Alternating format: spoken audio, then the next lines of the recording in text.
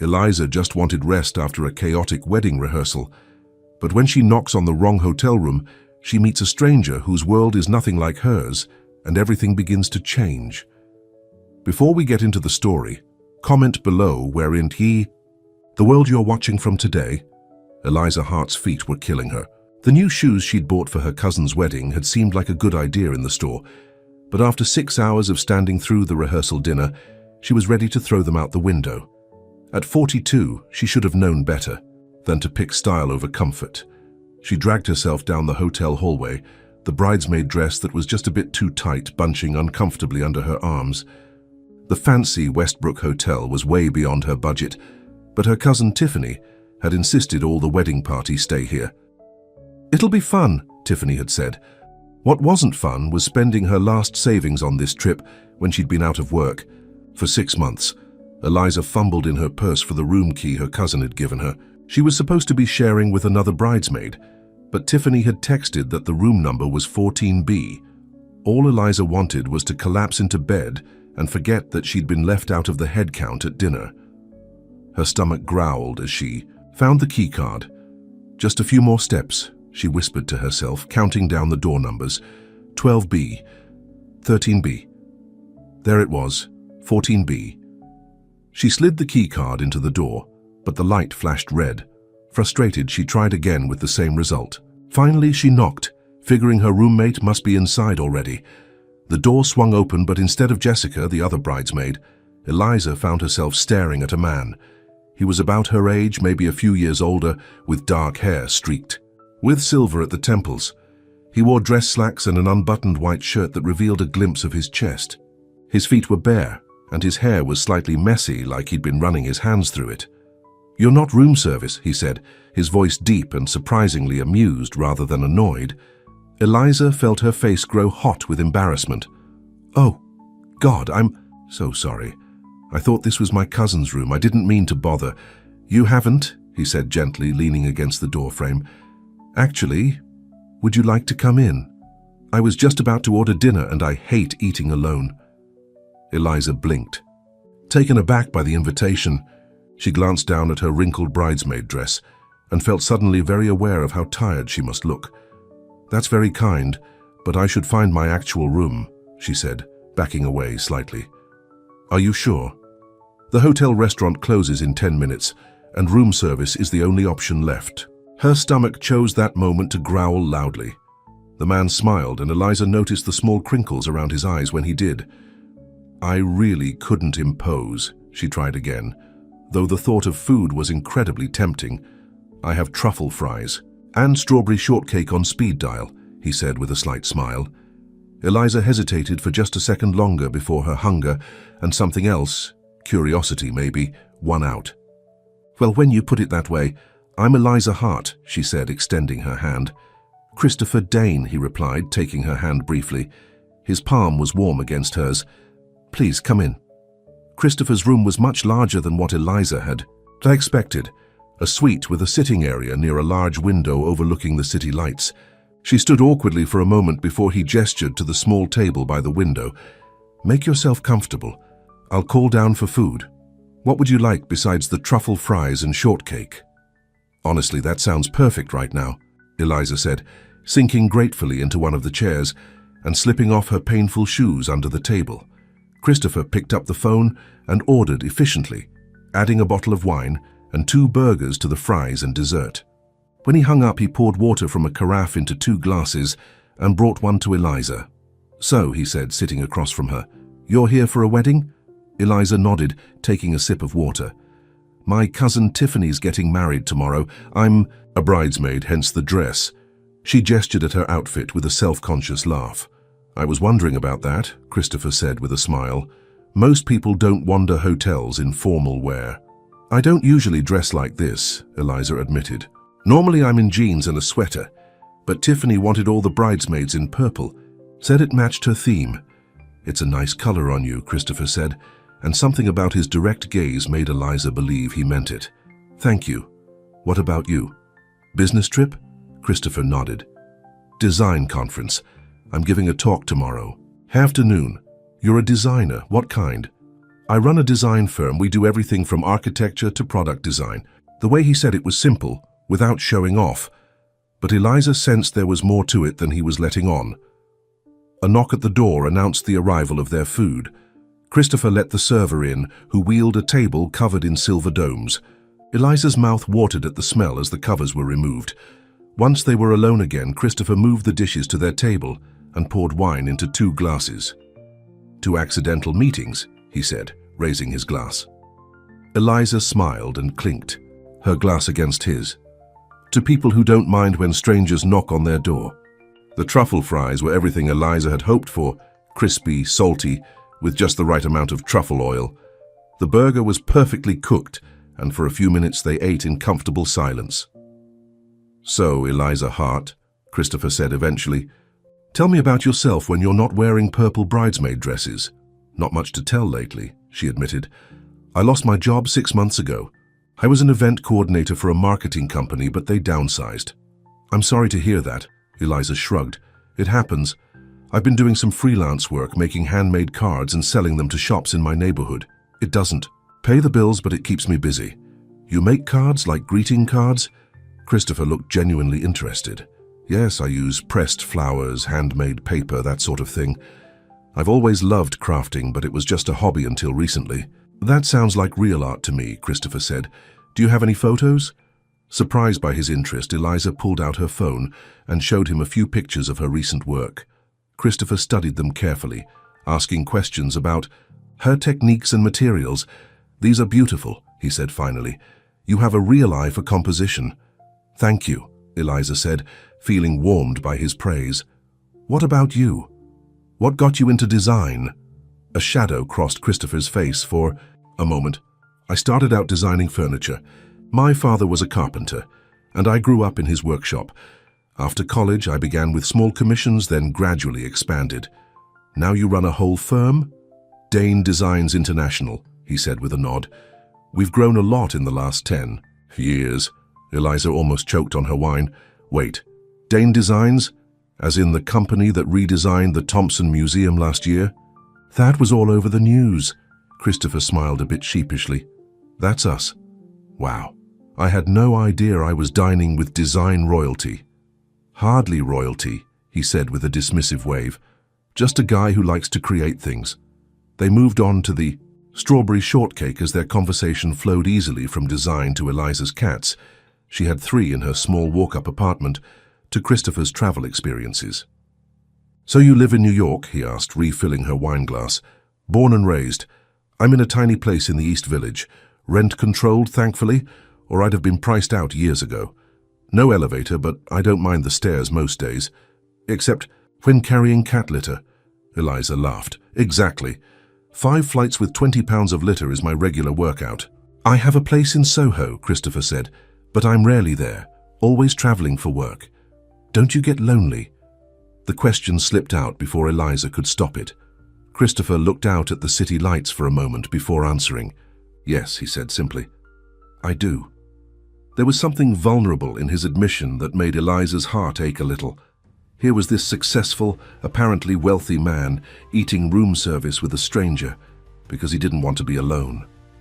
"I was my sister's caretaker for 3 years before she passed," he said suddenly. "Cancer. After that, I threw myself into work, built the company, took on bigger projects. But sometimes I wonder what I'm building it all for." "I'm so sorry about your sister," Eliza said softly. Christopher nodded. "Kate was amazing.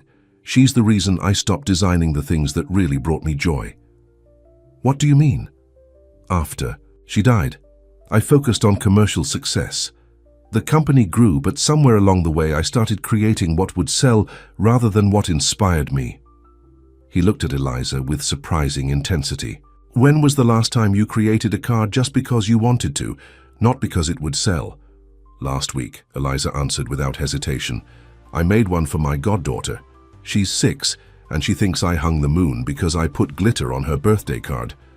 Christopher smiled, a real smile that reached his eyes. "That's what I miss, creating something just to make one person happy." They fell into a comfortable silence as they finished their dessert, the city twinkling below them.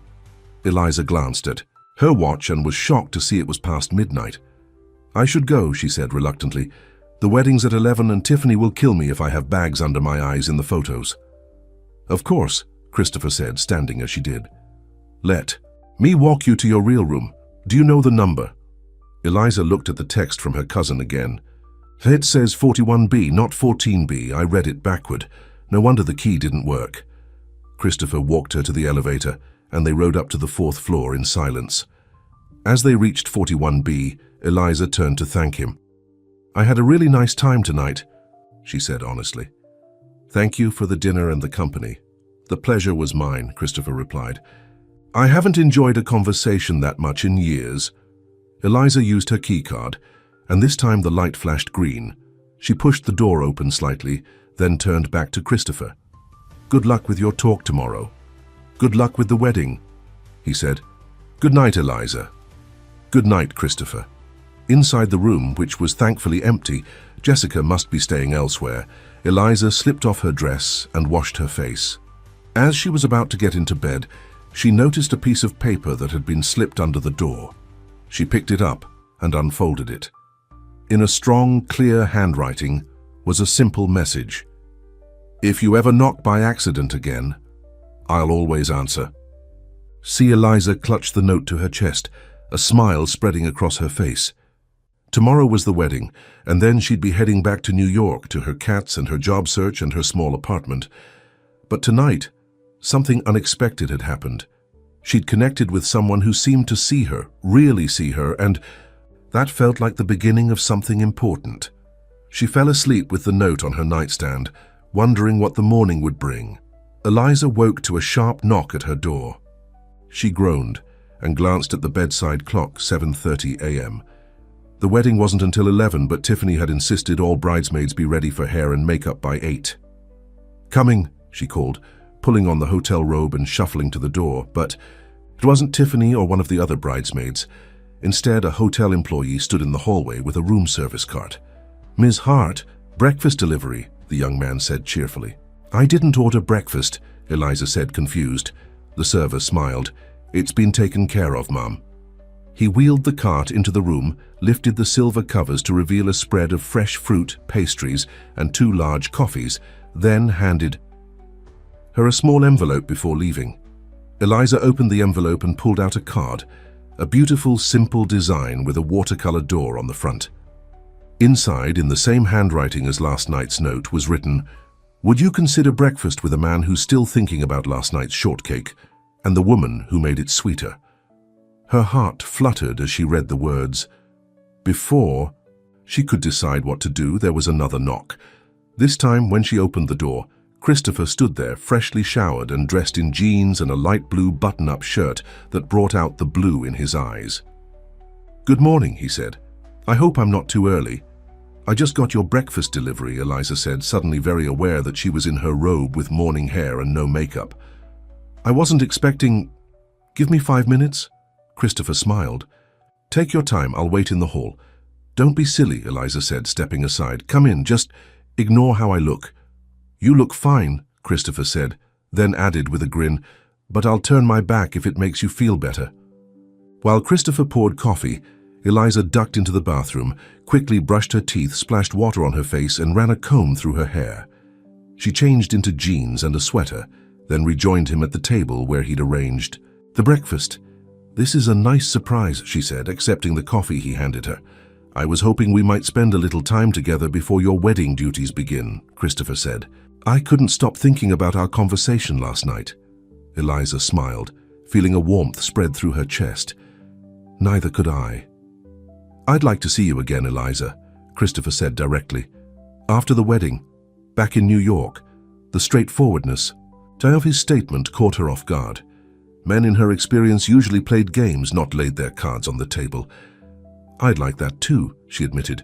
But I should warn you, my life is kind of a mess right now. No job, 3 cats, and an apartment that could fit in that corner of this room. Christopher laughed. I've dated women who had personal assistants and vacation homes. Trust me, when I say I'd rather have coffee in your tiny apartment with your 3 cats than another dinner with someone who's only interested in what I do, not who I am. Eliza studied him over her coffee cup. You know, for a successful businessman, you're surprisingly real. "Thank you, I think," he replied with a smile. "When my sister was sick, it put a lot of things in perspective. Success doesn't mean much if you have no one to share it with." They enjoyed their breakfast, talking easily about their plans for the day. Christopher explained that his design talk was at 2, then he had a dinner with potential clients. "What time does the wedding end?" he asked. "The reception should be over by 6, but I've got an early train back to the city tomorrow morning. Would you consider changing your plans?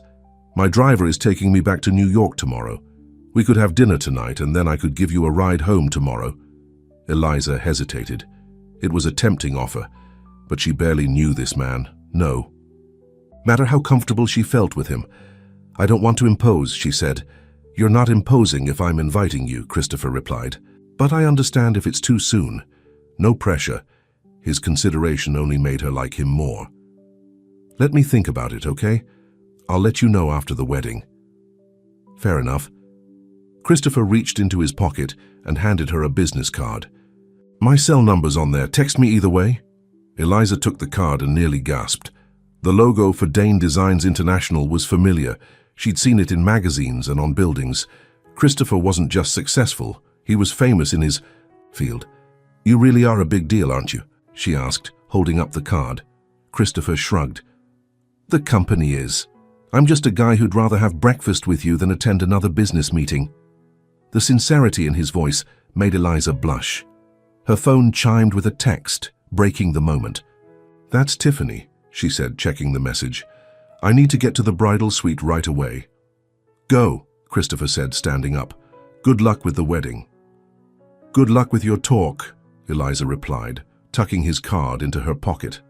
Impulse, she stood on tiptoe and kissed his cheek. "Thank you for breakfast."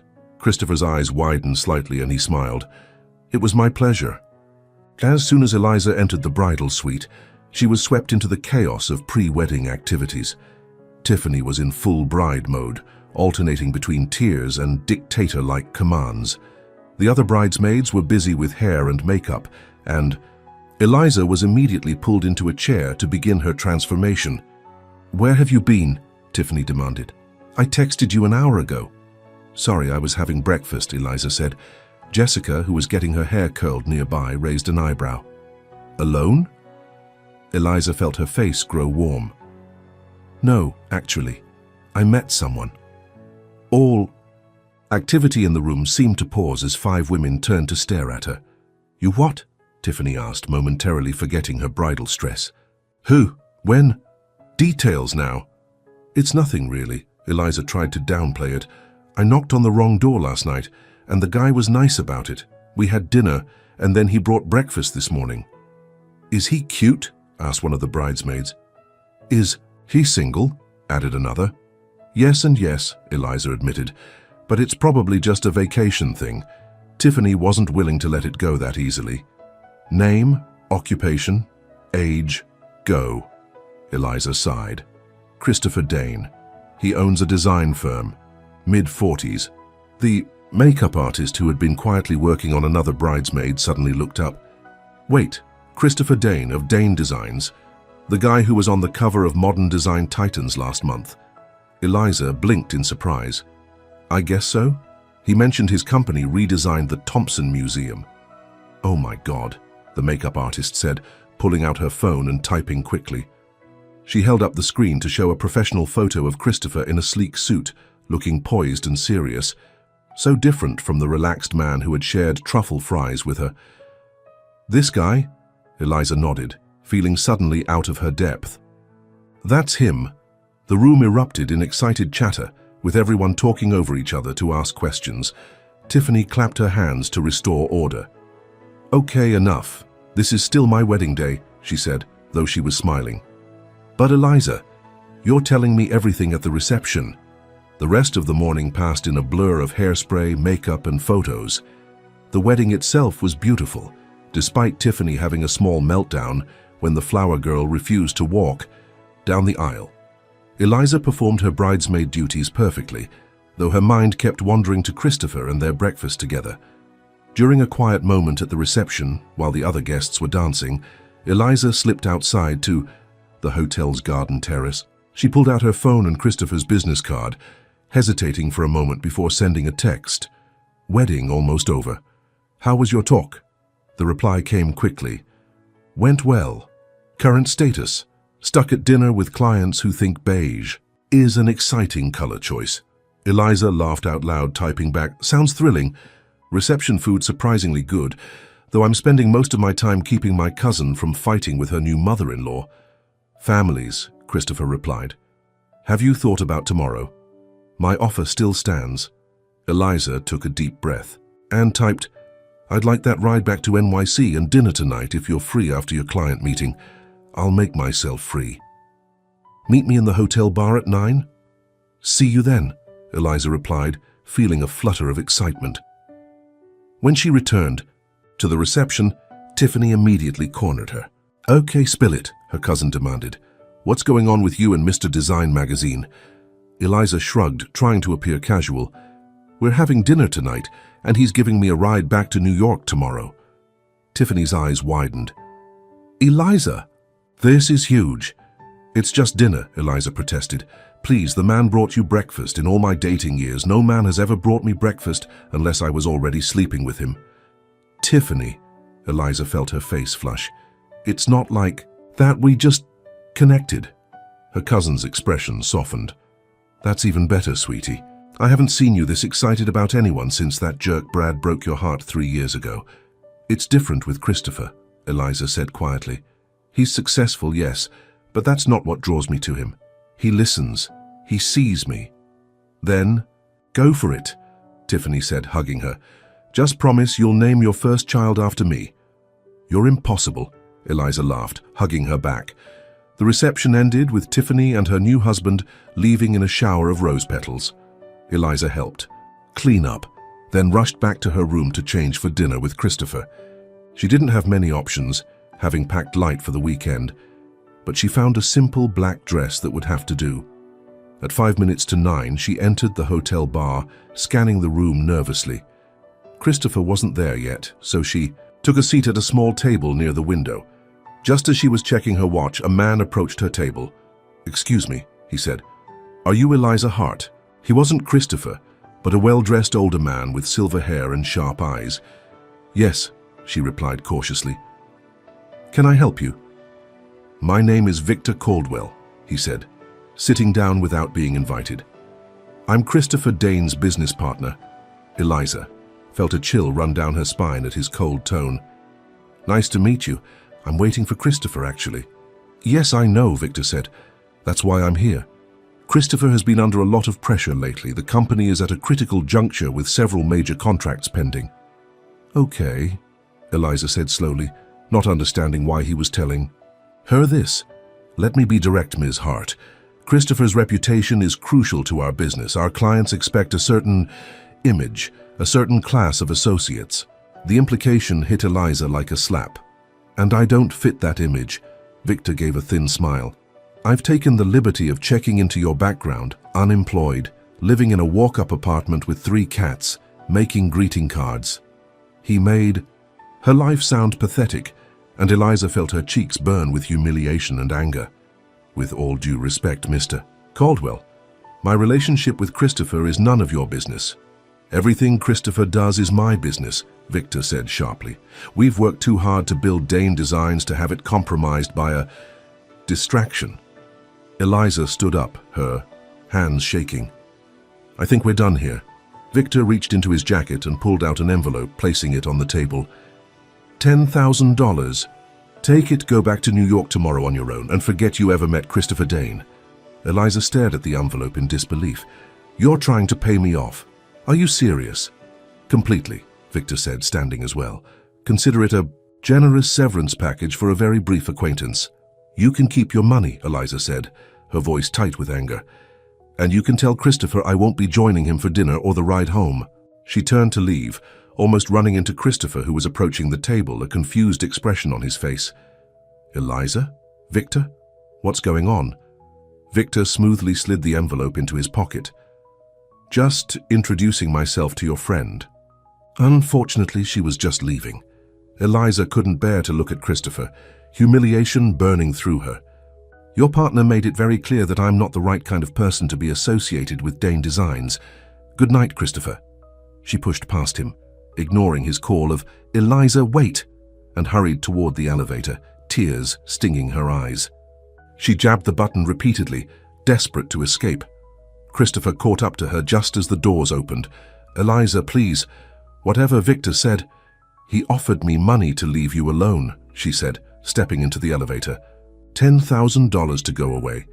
Is that what I'm worth to you, Christopher? A business expense? What? No. I had no idea. The elevator doors closed, cutting off his reply.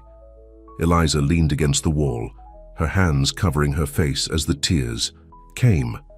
How could she have been so stupid? A man like Christopher Dane lived in a different world, a world where people like her could be paid to disappear when inconvenient. Back in her room, Eliza threw her few belongings into her suitcase. She'd find a train tonight, even if it meant sitting in the station until morning. Anything to get away from this humiliation. Her phone rang. Christopher calling. She sent it to voicemail. Then he texted, "Eliza, please let me explain. I had no idea what Victor was planning. I would never disrespect you like that." Another text followed. "Victor doesn't speak for me. What he did was unforgivable." And another, "Please, just 5 minutes. In person. I'm outside your door."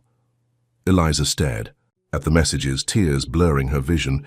Then came a gentle knock, the same kind of knock that had started this whole mess just 24 hours ago. She stood frozen, unsure whether to open the door or pretend she wasn't there. Her heart and head were at war, one urging her to listen, the other warning her to protect herself. The knock came again, followed by Christopher's voice. "Eliza, please, I'm not leaving until we talk." Taking a deep breath, Eliza approached the door, still uncertain what she would do when she opened it. Eliza's hand hovered over the doorknob. Every instinct told her to ignore Christopher's knocking, to protect herself from further humiliation. But something else, something stronger, made her unlock the door. Christopher stood in the hallway, his expression a mix of worry and determination. His normally perfect hair was disheveled, as if he'd been running his hands through it in frustration. "5 minutes," Eliza said, her voice barely steady. "That's all." "Thank you," Christopher said, stepping inside but keeping his distance. "Eliza, I swear to you, I had no idea what Victor was planning. What he did was completely out of line. He offered me money, Christopher, like I was some problem that needed to be handled." The humiliation still burned fresh in her mind. Christopher's face darkened with anger. "I know. I confronted him after you left. He claimed he was protecting the company, protecting me." He shook his head in disgust. "I told him that's not who we are, that's not who I am, isn't it?" Eliza asked, crossing her arms. "You live in a world where people like me can just be paid off, made to disappear when inconvenient." "That's not my world," Christopher insisted. "Yes, I have money. Yes, my company has a certain image. But none of that matters compared to how I felt having dinner with you last night or breakfast this morning." He took a cautious step toward her. "Victor has been pushing me for years to be someone I'm not. The perfect businessman, the face of the brand. I went along with it after Kate died because it was easier than feeling anything. But then you knocked on my door, and for the first time in years, I felt real." The sincerity in his voice made Eliza's defenses waver. "I don't belong in your world, Christopher." "Then maybe it's not my world either," he said quietly. "Do you know what I was doing right before you knocked on my door last night? I was sketching a chair design. Not for a client, not for the company, just for me. First time I've done that. In 3 years. What are you saying?" "I'm saying you reminded me of who I used to be, before the magazine covers and the corporate clients, when I designed things because I loved creating, not because they would sell." He ran a hand through his hair. "Victor doesn't understand that. He only sees the business, the contracts, the brand." Eliza felt her resolve weakening. "I don't want to cause problems for you. You're not the problem, Eliza. The problem is that I've been living someone else's idea of my life for too long." Christopher took another step closer. "My 5 minutes are almost up. I'll go if you want me to. But I'm hoping you'll give us another chance." Eliza looked at him for a long moment. There was something so genuine in his eyes, so different from the polished businessman in the magazine photos. This was the man who'd shared truffle fries and talked about his sister, who'd ordered breakfast just to see her again. "I changed my train ticket," she said finally. "I'm leaving tomorrow morning at 8. Christopher's face fell slightly. "I understand. No, I mean, if your offer of a ride is still open, I'd rather go with you. But Victor works for me, not the other way around," Christopher said firmly. "And after tonight, he's on thin ice. What he did was inexcusable." Eliza took a deep breath. Okay. Christopher's expression brightened cautiously. "I'll go with you tomorrow," Eliza clarified. "As for tonight, I think I need some time to myself." "Of course," Christopher said, relief evident in his voice. "I'll pick you up here at 9 tomorrow morning, and Eliza—" He hesitated, then reached for her hand. "Thank you for giving me a chance to explain." After Christopher left, Eliza sat on the edge of the bed, emotions swirling. Part of her still couldn't believe someone like Victor had tried to pay her off. The other part couldn't believe someone like Christopher had stood up for her. Her phone pinged with a text from Tiffany. "Everything okay? You disappeared from the reception early." Eliza replied, "Long story, tell you tomorrow." That night, Eliza barely slept, her mind replaying the events of the day. By morning, she had made up her mind. Whatever was happening with Christopher, she wouldn't let Victor Caldwell's snobbery chase her away. If Christopher thought she was worth fighting for, maybe she was. At 9 sharp, there was a gentle knock at her door. Eliza opened it to find Christopher waiting, dressed casually in jeans and a light sweater. "Good morning," he said, a hint of uncertainty in his voice. "Ready to go?" "Almost," Eliza replied, gesturing for him to come in while she finished packing. Christopher entered but remained standing awkwardly near the door. "I meant what I said last night, Eliza. Victor was completely out of line." "I believe you," Eliza said, zipping her small suitcase closed. "I thought about it all night, and I decided I'm not going to let someone like him tell me where I belong." Relief washed over Christopher's face. "I'm glad to hear that. But," Eliza added, looking him in the eye, "I need to be clear about something. I am who I am, Christopher. Unemployed card maker with 3 cats and a tiny apartment. If that's going to be a problem for your company's image—" "It won't be," Christopher interrupted. "And even if it were, I wouldn't care." He took a step toward her. "Do you know what I did this morning? I called an emergency board meeting for Monday. I'm restructuring the company leadership. Victor's being moved to a position where he'll have no say in my personal life." Eliza's eyes widened. "Because of what happened last night?" "Partly," Christopher admitted, "but it's been coming for a long time. Victor's vision for the company has been moving further and further from mine. Last night was just the final straw. I don't want to be the reason you make big business decisions," Eliza said, concerned. "You're not.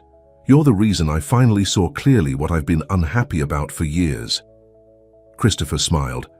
"Ready to go home?" The ride to New York in Christopher's sleek black SUV was surprisingly comfortable.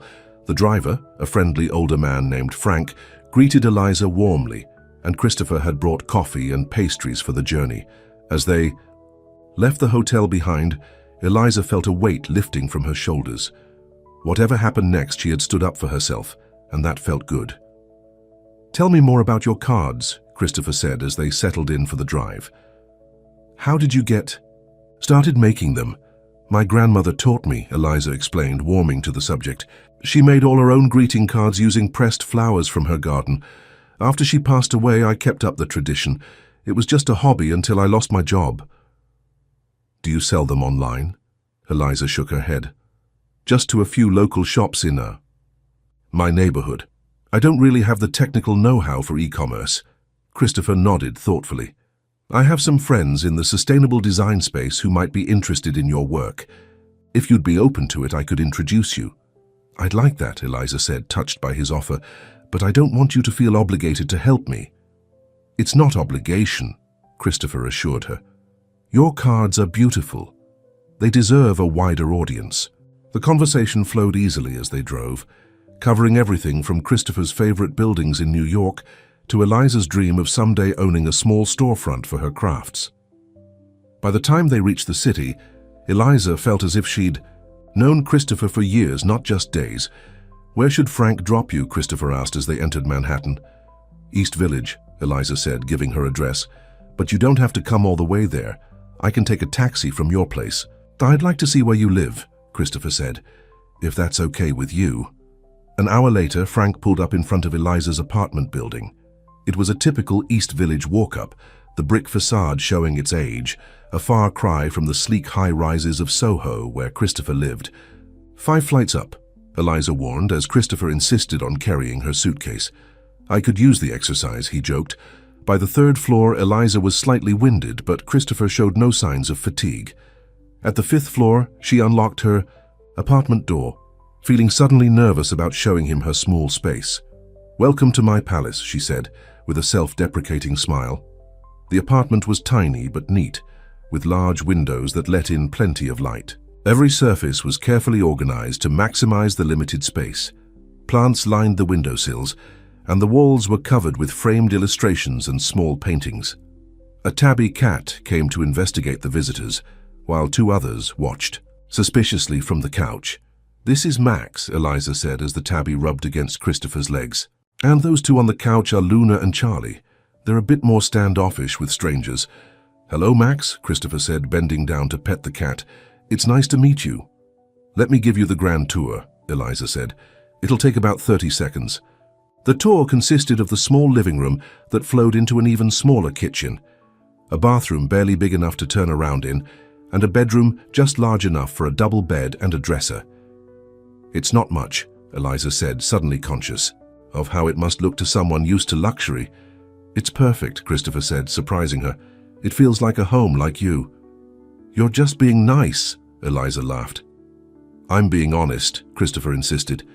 "My place in Soho is 3 times this size, but it doesn't have half the personality. I've never even hung anything on the walls." "Why not?" Christopher shrugged. "Never found anything that felt right. Or maybe I just never bothered to look." He walked over to examine her crafting table in the corner of the living room, where papers, ribbons, and dried flowers were neatly organized. "Is this where you make your cards?" "Yes, this is my studio," Eliza said, making air quotes. Christopher picked up one of her finished cards, a sympathy card with delicate pressed forget-me-nots and handwritten calligraphy. "These really are beautiful, Eliza. You have a gift." His peep's genuine admiration touched her deeply. "Thank you.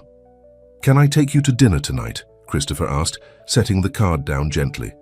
"I'd like that," Eliza said. "But nowhere fancy, please. I don't own anything appropriate for your usual restaurants." "How about I cook for you instead?" Christopher suggested. "At my place, I make a decent pasta, and it would give you a chance to see where I live." "You cook?" Eliza couldn't hide her surprise. "Don't sound so shocked," Christopher laughed. "I lived alone for years before I could afford a personal chef. I'd love to." "Try your pasta," Eliza said. "Should I bring wine?" "Just yourself," Christopher replied, his eyes warm. "I'll take care of everything else." After Christopher left, promising to send a car for her at 7, Eliza collapsed onto her couch, immediately surrounded by her cats. "What am I doing?" she asked them. "Getting involved with someone like him is asking for trouble," Max purred. In response, while Luna only blinked her green eyes slowly. "You're right," Eliza said to the cats. "I should at least give it a chance." At precisely 7, the doorbell rang. Eliza had spent the afternoon cleaning her apartment and choosing what to wear, settling on a simple black dress with a cardigan, the nicest outfit she owned. She expected Frank with the car, but when she opened the door, Christopher stood there, a small bouquet of wildflowers in his hand. "I thought I'd pick you up myself," he said, handing her the flowers. "These reminded me of your cards." "They're beautiful," Eliza said, genuinely touched. "Come in while I put them in water." "I see your bodyguards are still on duty," Christopher noted as Max immediately approached for attention while the other cats watched from a distance. "They take their job very seriously," Eliza said, finding a small vase for the flowers. When they arrived at Christopher's building in Soho, Eliza tried not to gape at the sleek modern high-rise.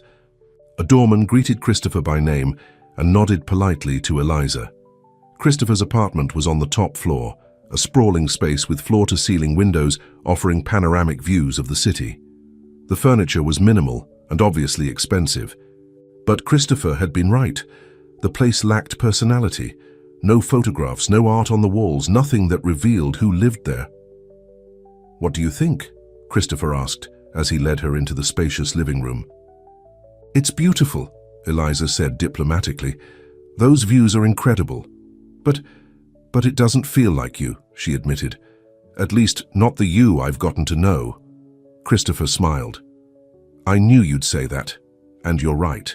He guided her to the kitchen, where ingredients were already laid out on the counter. "This is the only room I really use aside from the bedroom." The kitchen was indeed more lived in than the rest of the apartment, with professional-grade appliances and copper pots hanging from a rack. "Cooking is my therapy," Christopher explained, handing Eliza a glass of wine. "It's the one creative thing I still do regularly." "I'm impressed," Eliza said, sipping the wine. "Need any help?" "You can keep me company," Christopher said, rolling up his sleeves and getting to work on the pasta dough. As he cooked, Christopher told Eliza more about his sister Kate, how she'd loved to cook, and how they'd spent countless hours in the kitchen together during her illness.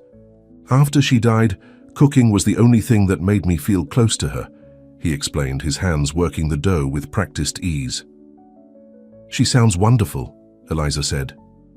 "She would have liked you," Christopher said, looking up from his work. "She always said I needed someone real in my life, someone who would call me on my nonsense." Eliza raised an eyebrow. "Do you have a lot of nonsense that needs calling out?" "According to Kate, yes," Christopher laughed. "She thought I was too serious, too focused on work. She was right." "Well, I'm pretty good at calling out nonsense," Eliza said with a smile. "It's one of my specialties." Dinner was delicious. Homemade fettuccine with a simple but perfect sauce of butter, herbs, and parmesan. They ate at a small table in the kitchen, rather than the formal dining room, talking easily as they had since the night Eliza knocked on the wrong door. After dinner, Christopher gave Eliza a proper tour of the apartment, including his home office.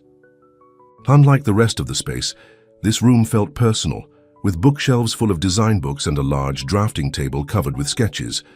"This is where I hide from the world," Christopher admitted. "Where I can still design for myself, not for clients or the company image."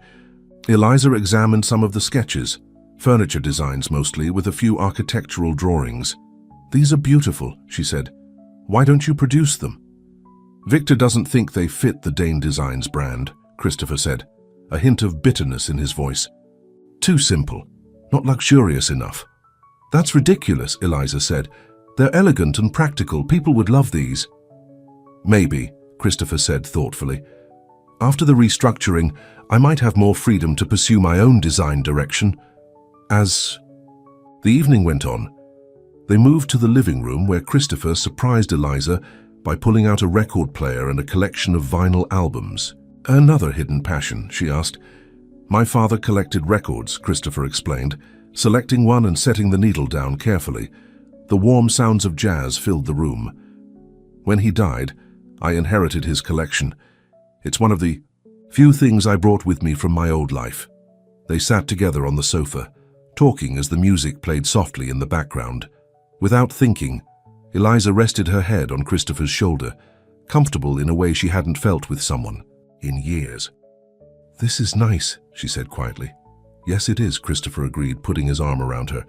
"Eliza, and I know we've only known each other for a couple of days, but I feel like—" The shrill ring of a phone interrupted him. Christopher sighed, checking his cell phone. "It's Victor. I should take this. I'm sorry." Eliza nodded, moving away slightly as Christopher answered the call. His expression quickly changed from relaxed to serious. "When?" he asked, standing up and walking a few steps away. "How bad?" "No, I understand. I'll be there first thing tomorrow." When he hung up, his face was grim. "I'm sorry, but I have to cut our evening short. There's a crisis with one of our major projects in Chicago, a structural issue that needs immediate attention." "Of course," Eliza said, trying to hide her disappointment. "Work comes first." "It's not that simple," Christopher said, running a hand through his hair. "People could get hurt if this isn't addressed properly. I need to fly to Chicago tonight." Tonight?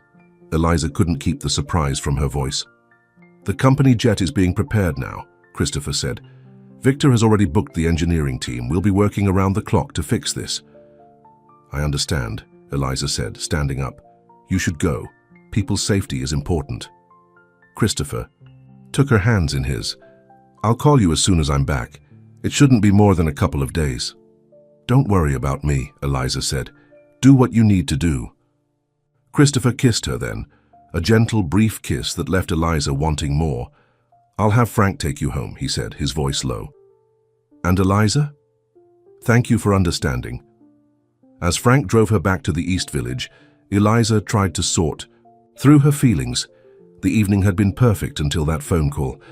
But of course, Christopher had responsibilities, big ones. That was part of who he was. He's a good man, Ms. Hart, Frank said, breaking the silence. I've worked for Mr. Dane for 8 years, and I've never known him to put himself before others. I believe that, Eliza said. I just hope this isn't a pattern. With his work. Can't say it isn't, Frank admitted. But I haven't seen him like this, with a woman, I mean, in all the time I've known him. Whatever's happening between you, too, it's changed him. Frank's words stayed with Eliza as she climbed the 5 flights to her apartment. Maybe things with Christopher would work out. Maybe they wouldn't. But she wouldn't let fear stop her from finding out. The next morning, Eliza was sorting through job listings when her phone rang with an unfamiliar number. Hello, Ms. Hart? This is Sophia Jenkins from Dane Designs International. I'm Mr. Caldwell's assistant. Eliza's stomach tightened. Yes? Mr. Caldwell would like to meet with you this afternoon if you're available. Why? Eliza asked, immediately suspicious. He didn't share the reason with me, Sophia replied. But he asked me to tell you it's a professional matter, not personal. I'm not interested in meeting with Mr. Caldwell, Eliza said firmly. He said you might say that, Sophia said, her voice becoming less formal. Look, between us, Mr. Caldwell has been in meetings all morning with the board of directors. Something big is happening at the company, and I think it involves you somehow. Eliza hesitated. What could Victor possibly want? And why would the board be involved? Mr. Caldwell also asked me to tell you that Mr. Dane authorized this meeting before he left for Chicago, Sophia added. That detail changed things. If Christopher knew about this meeting, maybe it was legitimate. What time and where? Eliza asked finally. 3 o'clock at the Dane Designs headquarters in Midtown. I can send a car for you if you'd like. No, thank you. I'll make my own way there, Eliza said. She didn't want to be any more beholden to Dane Designs than necessary. After hanging up, Eliza immediately tried calling Christopher, but the call went straight to voicemail. She left a message asking him to call her back about the meeting with Victor, then set about getting ready. At precisely 2:45, Eliza walked into the sleek, modern lobby of Dane Designs International. The receptionist directed her to the executive floor, where Sophia, a polished young woman with a friendly smile, greeted her. Ms. Hart, thank you for coming. Mr. Caldwell is waiting for you in the conference room. Eliza followed Sophia through a maze of glass-walled offices. Employees glanced at her curiously as she passed, making her increasingly uncomfortable. What was she doing here? Sophia opened a door to reveal a large conference room with a stunning view of the city. Victor Caldwell stood at the window, his back to the door. Ms. Hart is here, Mr. Caldwell, Sophia announced. Victor turned, his expression unreadable. Thank you, Sophia. Please hold all my calls. When they were alone, Victor gestured to a chair. Please sit down. I'd rather stand, Eliza said coolly. What is this about, Mr. Caldwell? It's about Christopher, Victor said, his tone surprisingly less hostile than their previous meeting. And the future of this company.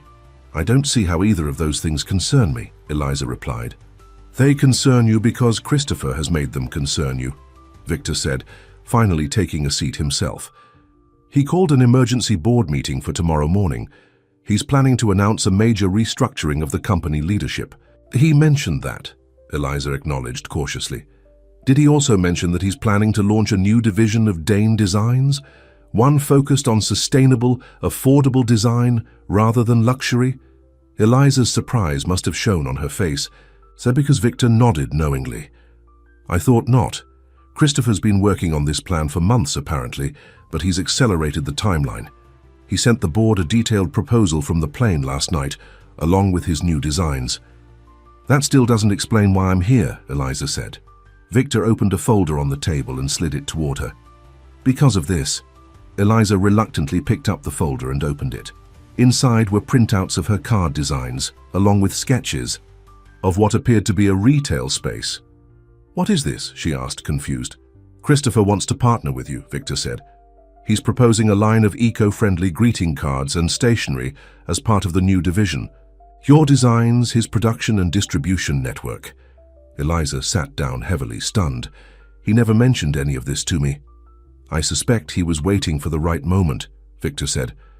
"The point is, Ms. Hart, you are no longer just Christopher's friend. You're potentially a business partner, a part of Dane Designs." "I don't understand," Eliza said, her mind racing. "Yesterday you tried to pay me to leave Christopher alone, and today you're telling me I might be working with the company."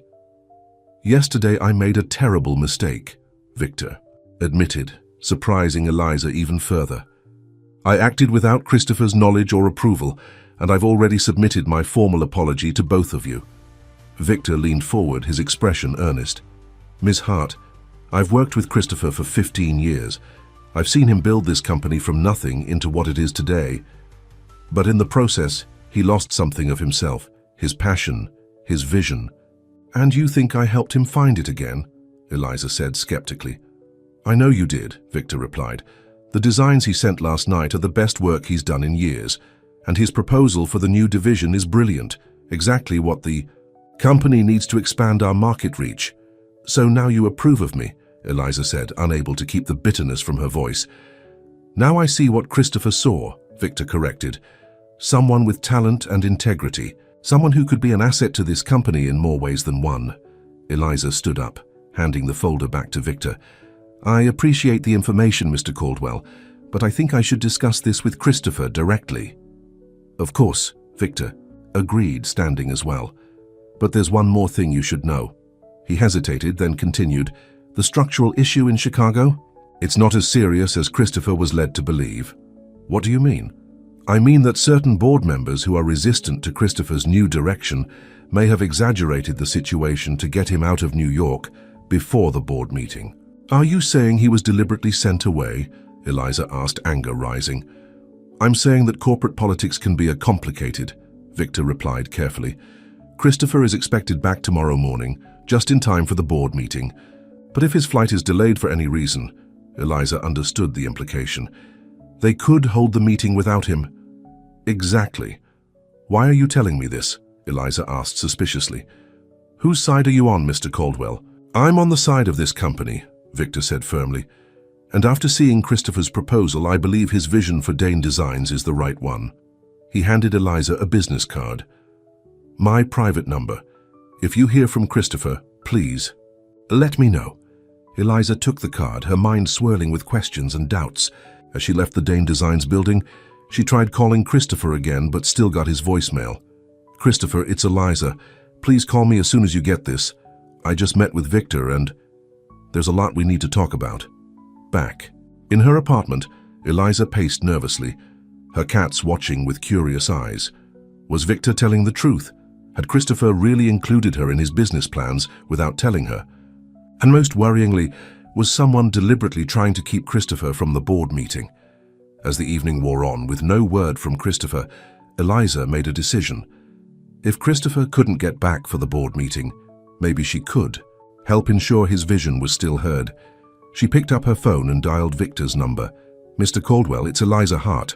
I think I know how we can make sure Christopher's proposal gets a fair hearing tomorrow." The morning of the board meeting dawned clear and bright. Eliza had barely slept, her mind racing with plans and worries. She'd spent half the night at her crafting table, working furiously to prepare for what she was about to do. Still unable to reach Christopher, she'd made a bold decision. If the board was determined to undermine his vision for the company, she would make sure they saw exactly what they would be rejecting. At 8:30 a.m., Eliza walked into the Dane Designs headquarters for the second time in 2 days.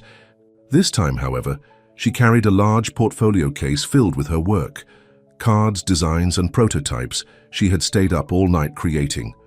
Victor met her in the lobby, his usual polished appearance showing signs of strain. "Any word from Christopher?" he asked quietly as they walked toward the elevator. "Nothing," Eliza said, worry evident in her voice. "His flight should have landed an hour ago." "The board meeting starts at 9, Victor said grimly. "We'll proceed with the plan." "Regardless, are you ready?" Eliza took a deep breath. "As ready as I'll ever be." The boardroom was already filling with people when they arrived, men and women in expensive suits, all wearing expressions of mild curiosity as Eliza entered with Victor. She recognized a few faces from business magazines and news reports about Dane Designs, Mr. Caldwell, one older man said, eyeing Eliza suspiciously. "I wasn't aware we were having guests at this meeting." "Miss Hart is here at my invitation, Mr. Reynolds," Victor replied smoothly. "As you know, she's a key part of Christopher's proposal for the new division." Mr. Reynolds frowned but said nothing more as everyone took their seats. Eliza felt painfully out of place in her simple dress among the power suits, but she kept her head high. At precisely 9 o'clock, an elegant woman at the head of the table called the meeting to order. "As Christopher Dane is still in Chicago, dealing with the structural issues, I'll be chairing today's meeting. First item on the agenda is the proposed company restructuring and new division launch. Perhaps we should table this discussion until Christopher returns," Victor suggested. Since it's his proposal, we all received the documentation," Mr. Reynolds interrupted. "I see no reason to delay. In fact, given the radical nature of these changes, perhaps it's better to discuss them objectively without Christopher's emotional investment clouding the issues." Several board members nodded in agreement, exactly as Victor had predicted they would. "Very well," the chairwoman said. "Let's discuss the proposal. Mr. Reynolds, you've expressed some concerns." Reynolds leaned forward. "This isn't the direction Dane Designs should be taking. Our brand is built on luxury and exclusivity. This new accessible design division would dilute everything we've built." "Not to mention the greeting card component," added another board member with obvious disdain. "We're a design firm, not a stationery store." Eliza felt a flush of anger rise in her cheeks, but kept silent, waiting for her moment. Victor cleared his throat. "If I may, Madam Chairwoman, I think the board is failing to see the vision here. The sustainable design market is growing exponentially. By expanding our reach, we're not diluting the brand, we're evolving it." "Fine words, Victor," Reynolds said dismissively. "But the numbers don't support this move. The initial investment would be substantial and the return uncertain. Why risk our established success on an unproven concept?" "Because sometimes staying the same is the biggest risk of all," said a new voice from the doorway. Every head turned to see Christopher standing there, looking tired but determined in a slightly rumpled suit. Eliza's heart leapt at the sight of him. "Christopher," the chairwoman said, clearly surprised. "We weren't expecting you back in time." "Clearly," Christopher replied dryly, walking into the room. His eyes found Eliza, and a small smile touched his lips before he turned back to the board. "I received some information that my presence here might be more urgent than the situation in Chicago." He cast a knowing glance at Victor, who nodded almost imperceptibly. "Since I'm here, I'd like to present my proposal personally," Christopher continued, taking a position at the front of the room. "But first, I'd like to introduce someone. This is Eliza Hart, an independent artist whose work inspired much of what I'm proposing today." All eyes turned to Eliza, who straightened in her chair. "Miss Hart, would you mind joining me?" Christopher asked, extending his hand toward her. Eliza stood and walked to the front of the room, bringing her portfolio with her. Christopher squeezed her hand briefly as she joined him, the small gesture giving her courage. "Ladies and gentlemen," Christopher began, "for 15 years, Dane Designs has been synonymous with luxury. We've created beautiful spaces and objects for those who can afford the very best, and that won't change."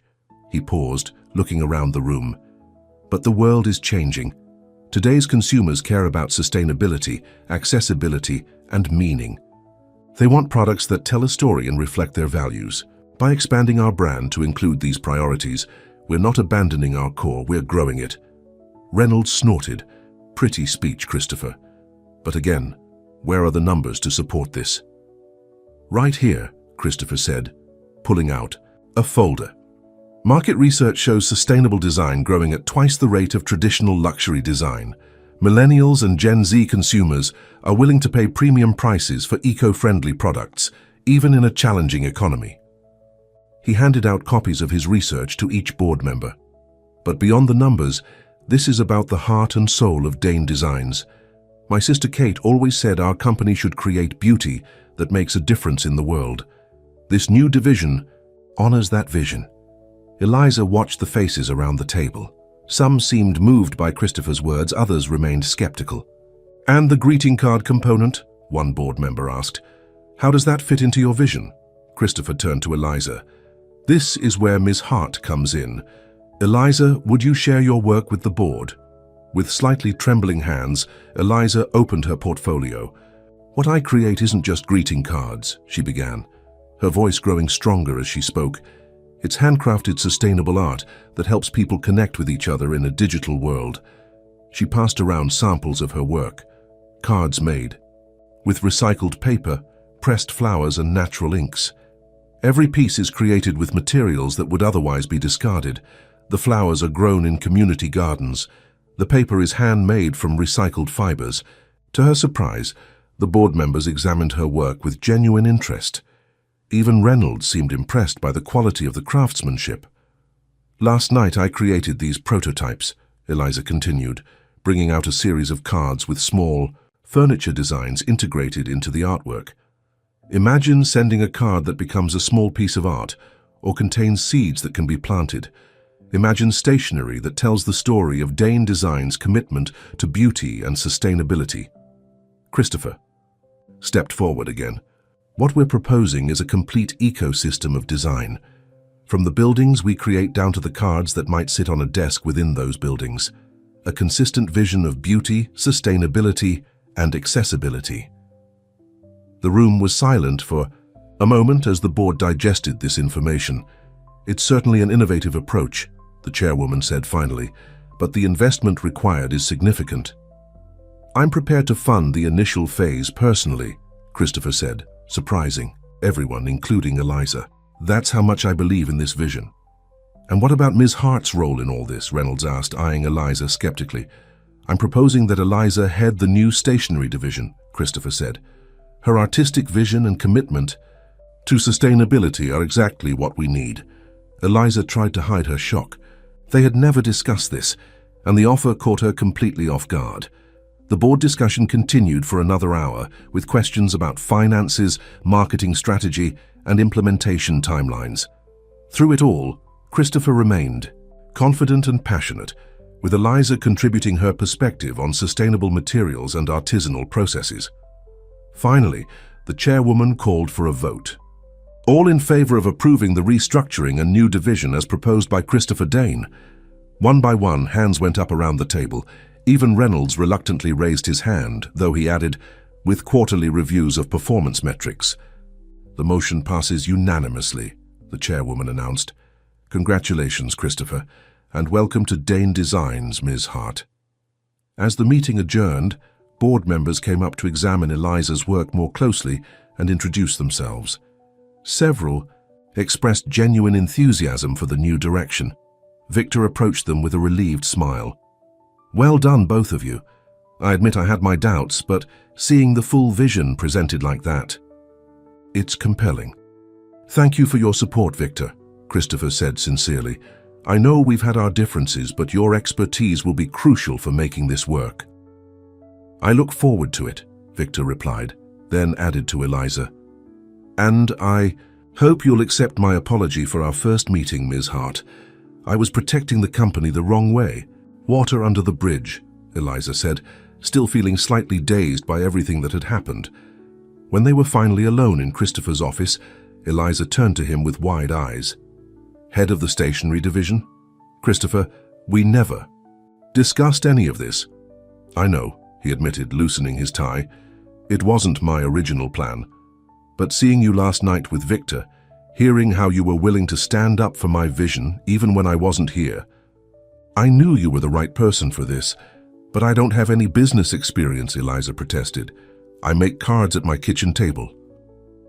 And they're beautiful, Christopher said, taking her hands in his. The business side can be learned. The vision and heart you bring, that can't be taught. Eliza shook her head, still struggling to process everything. How did you even get back in time?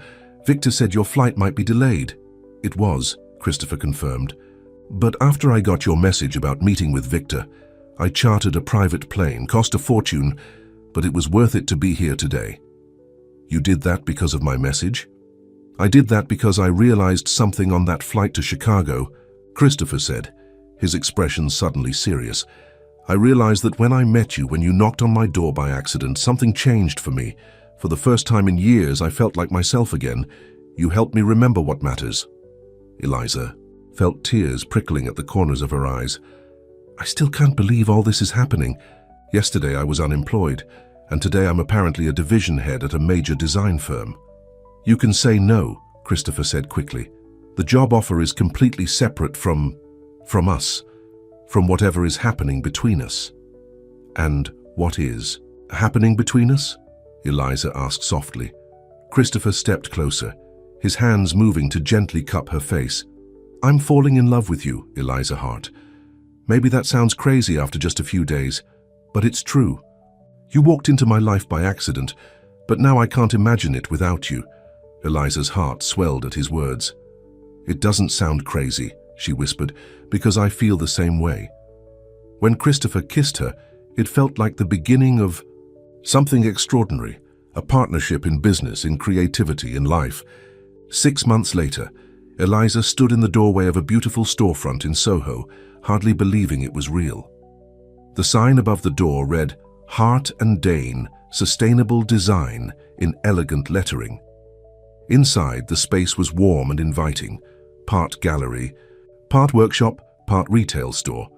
Christopher's furniture designs were displayed alongside Eliza's stationery and paper art. The back wall featured a large photograph of a door marked 14B, their private joke and the story they loved to tell.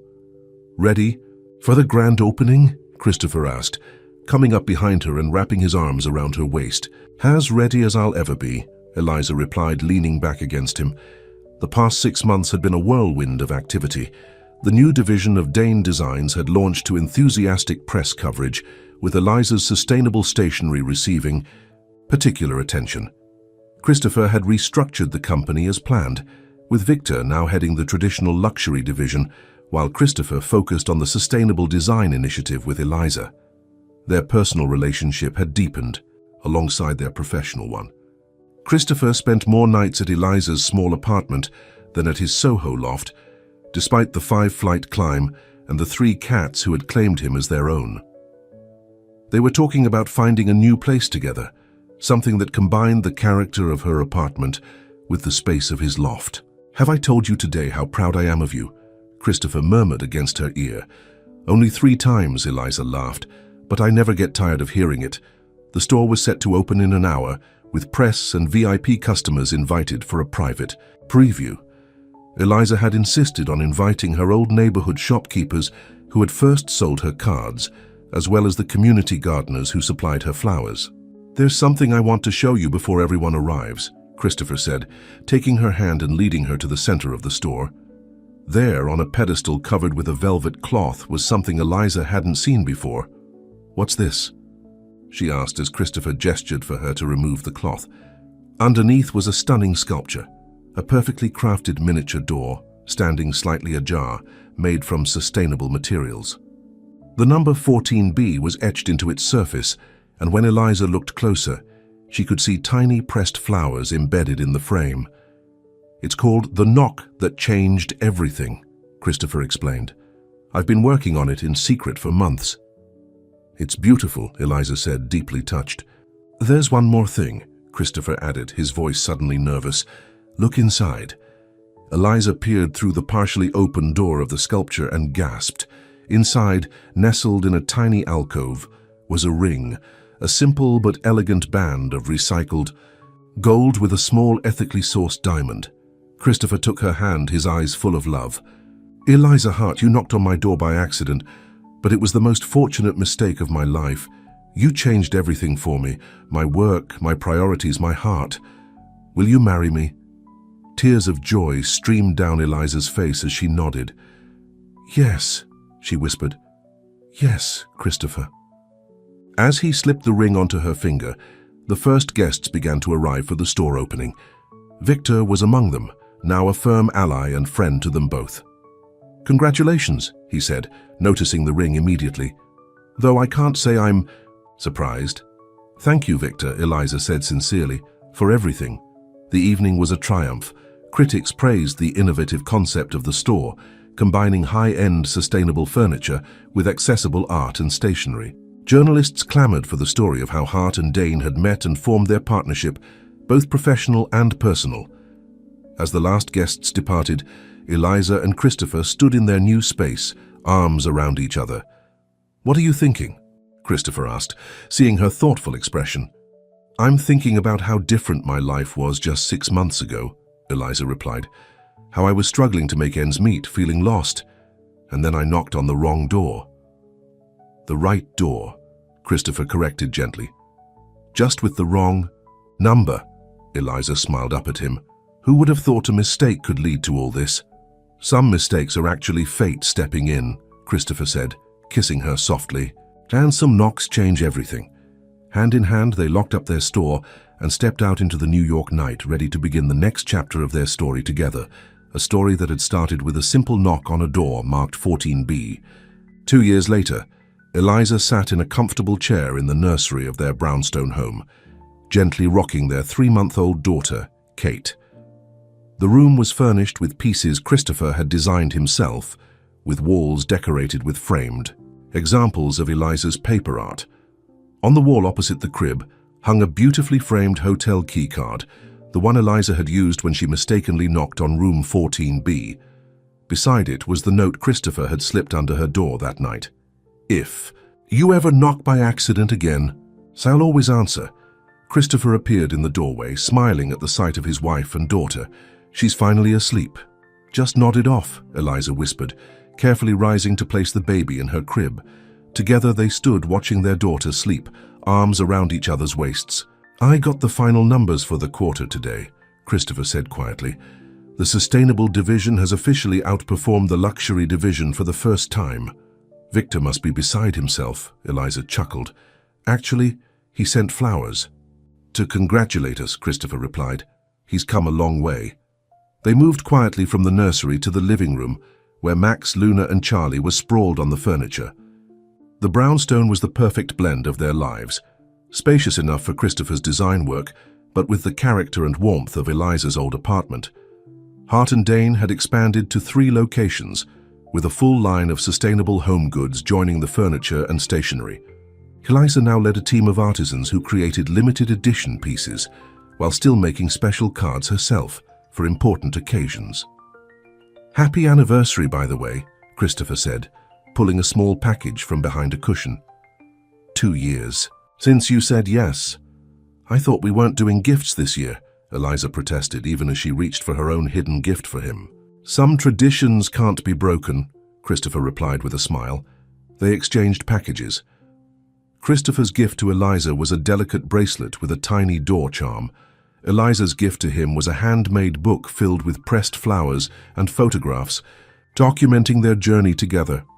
"I love you," Eliza said, leaning against his shoulder as they sat on the couch. "Every day I love our life together more. All because you knocked on the wrong door," Christopher mused, his arm tightening around her. "Best mistake I ever made," Eliza agreed. Outside, the New York night wrapped around their brownstone, a gentle rain beginning to fall. Inside, surrounded by the life they had built together, Eliza and Christopher knew they had found what most people search for all their lives. A love that felt like coming home, a partnership of equals, a family created from the heart. And it had all begun with a simple knock on a door marked 14B, a knock that had truly changed everything. The end.